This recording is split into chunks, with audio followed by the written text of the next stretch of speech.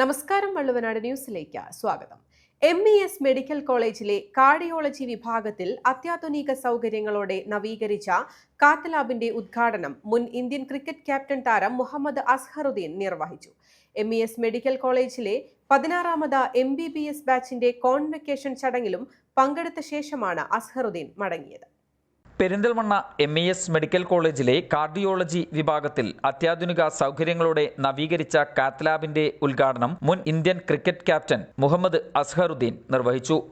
Medical college director doctor PA Fazal ഗഫൂറിന്റെ മഹനീയ സാന്നിധ്യത്തിൽ നടന്ന ചടങ്ങിൽ medical college dean doctor Girish Raj, medical superintendent doctor Muhammad Sajid, deputy medical superintendent doctor Hameed Fazal, Abdussalam, convener construction committee MES Kerala, cardiology വിഭാഗം doctor Sharif, doctor Rajeev, doctor Janshan, deputy registrar doctor Ali Rishad, joint staff advisor doctor Asif Ali Usman, administrator Paulson Jose, ഹോസ്പിറ്റലിലെ വിവിധ വിഭാഗങ്ങളിലെ ഡോക്ടർമാരും ജീവനക്കാരും ചടങ്ങിൽ സംബന്ധിച്ചു.